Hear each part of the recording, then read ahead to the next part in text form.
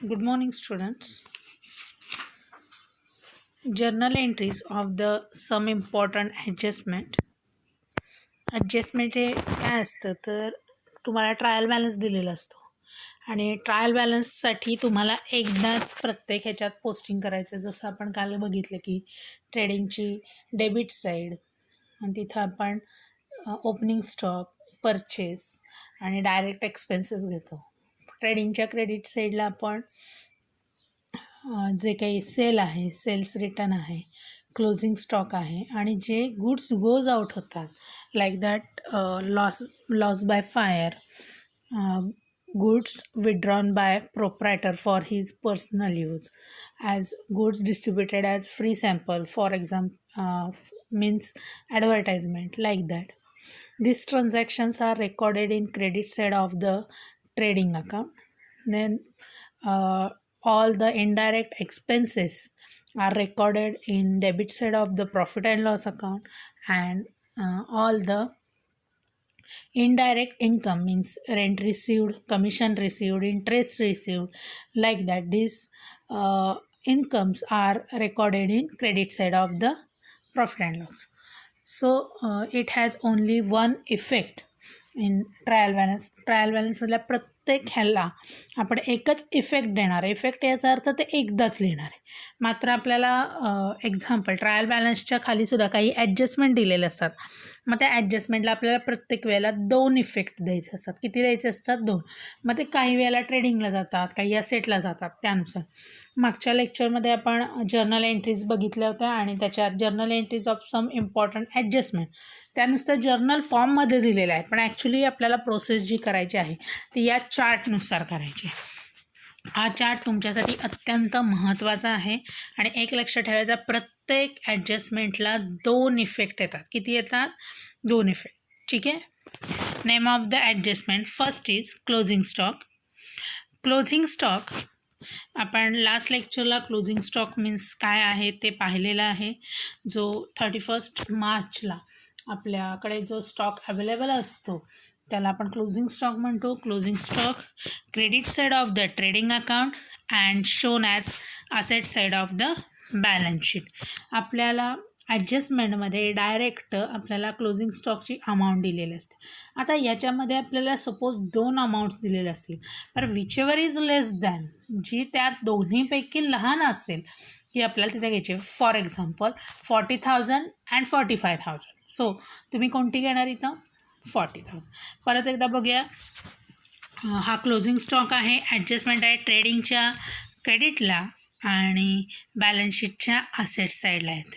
Balance शीटला कोणतीही debit side, credit side नसते. त्याला असेट साईड आणि लायबिलिटी साईड अशा 2 साईड्स असतात. परत एकदा लक्षात घ्या, profit and loss account and trading account is a accounts, but balance sheet is a statement, it is not account. So next is depreciation. It is our loss means indirect loss. so indirect loss आपण कुठे घेतो?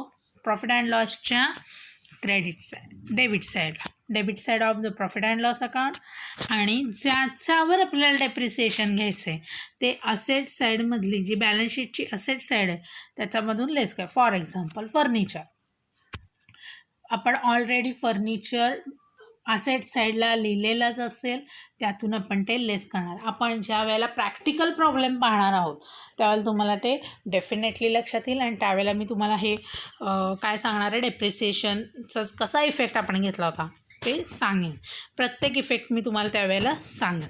त्यानंतर outstanding expense means unpaid expenses. Outstanding expenses it is due but not paid. So means unpaid expenses दिलेले नाहीत, या वर्षातलेच करत आहेत पण अजून दिलेले नाहीत. Add to particular expenses on trading or profit and loss account. For example outstanding wages. Outstanding wages are recorded in debit side of the trading account. Wages लिहिलेले असतील 2 वेजेस, तिथे जाऊन आपल्याला तिथं काय करायचे ॲड करायचे. फॉर एक्झाम्पल किंवा आउटस्टँडिंग सॅलरी आपण इनडायरेक्ट एक्सपेन्स आहे, प्रॉफिट अँड लॉसच्या डेबिट साईडला लिहिलेला असेल, सॅलरीमध्ये जाऊन तो ॲड करायचा. म्हणून इथं तुम्हाला सांगितलं की ट्रेडिंग और profit and loss account. Then second is shown liability side of the balance sheet because it is due amount to other than. तुम्हाला ती द्यायची आहे, ते तुमचं देणं आहे, जे काही तुमचं देणं आहे ते सगळं कुठं येतं, लायबिलिटीजला येतं. Then next prepaid expenses. Prepaid expenses less from particular expenses on trading account or profit and loss account shown the asset side of the balance sheet. For example, you are insurance paid for 2 years rupees 2000 means जो काही तुमचा insurance आहे, insurance premium हा कुठे येणार आहे, profit and लॉसच्या debit साईडला. इन्शुरन्स 2000 रुपीज, इनर कॉलम आणि आउटर कॉलम यानुसार आपल्याला 2 कॉलम्स घ्यायचे. मग इथून less prepaid rupees 1000 and outer rupees 1000 and this 1000 is transferred to your balance sheet and this asset side shown in asset side of the balance sheet. Okay, then prepaid expenses याचा अर्थ आपण काय घ्यायचा आहे, next इयरचे expenses आहेत पण ते आपण यावर्षीच काय केले, दिलेत, आधीच दिले. प्री मीन्स आधी. नेक्स्ट आहे accrued income means outstanding income add to particular income on credit side of the. जो तुमचा काही प्रीपेड असेल किंवा जे काही आउटस्टँडिंग आहे ज्याच्याशी संबंधित आहे तिथं जाऊन तुम्ही ते ॲड करायचं. जसं तुम्ही प्रॅक्टिकल सोडवत जाल, इथून पुढे मी सगळे प्रॅक्टिकल्स तुम्हाला देत जाईन, त्याप्रमाणे तुम्ही सोडवायचे आहेत, ते तुमच्या तिथं लक्षात येईल. मग आपल्याला फर्स्ट काय करायचं आहे, इथं add to particular income on credit side of the profit and loss account and shown on asset side of the balance sheet because it is your income. आणि ते तुम्हाला काय आहे, इथं पैसे येणे आहेत, ते देणं आहे ते लायबिलिटीजला जातं आणि जे येणं आहे ते असेट साईडला जातं. ठीक आहे, credit side of the profit and loss account. Then pre received income less from particular income on credit side means 2 इयर्सचं रेंट तुम्हाला आधीच काय झालेलं आहे, मिळालेलं आहे. मीन्स हे तुमच्या प्रॉफिट अँड लॉसच्या क्रेडिट साईडला येणार आहे. Means credit side of the profit and loss account and shown on liability side of the balance sheet.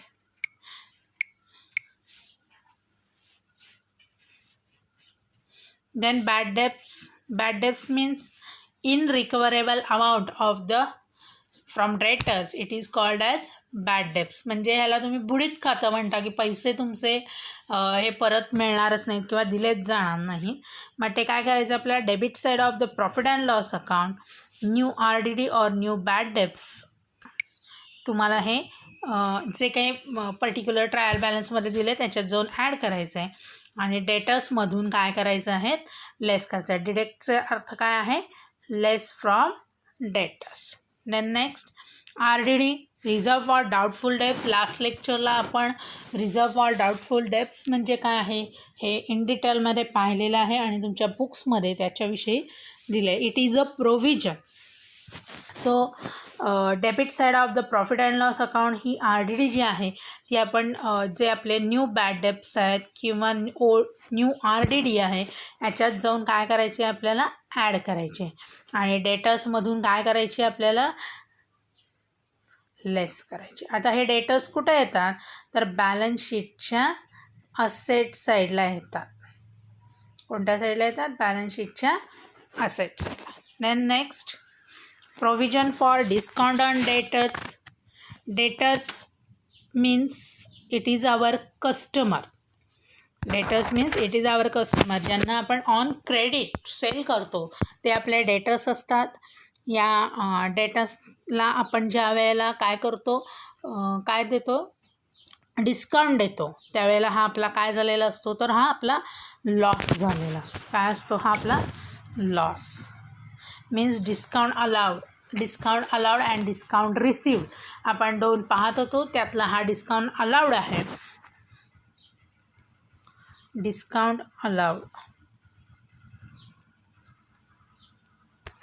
So debit side of the profit and loss account, because it is a loss, and deduct means less from sundry debtors on asset side of the balance sheet. Debtors मधून less करायचं का discount on debtors आहेत त्यामुळे.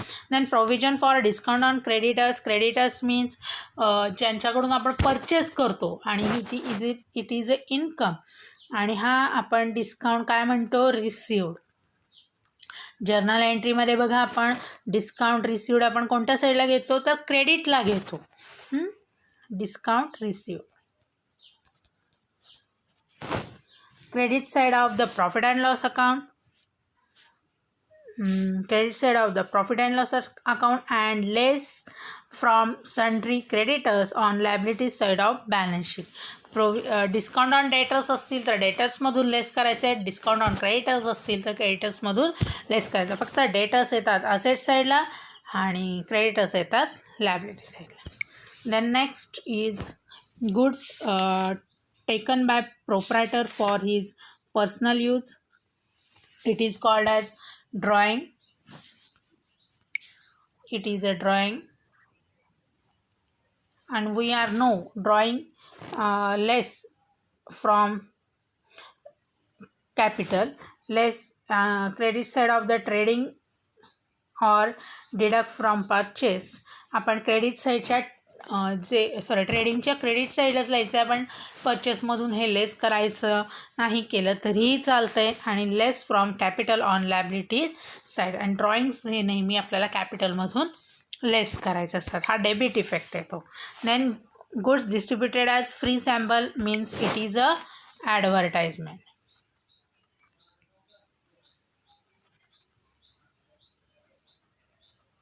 Advertisement it is our loss, and it is indirect expenses. So credit side of the trading or deduct from purchase, and debited to profit and loss account. Balance शीटला जात नाही याचा effect.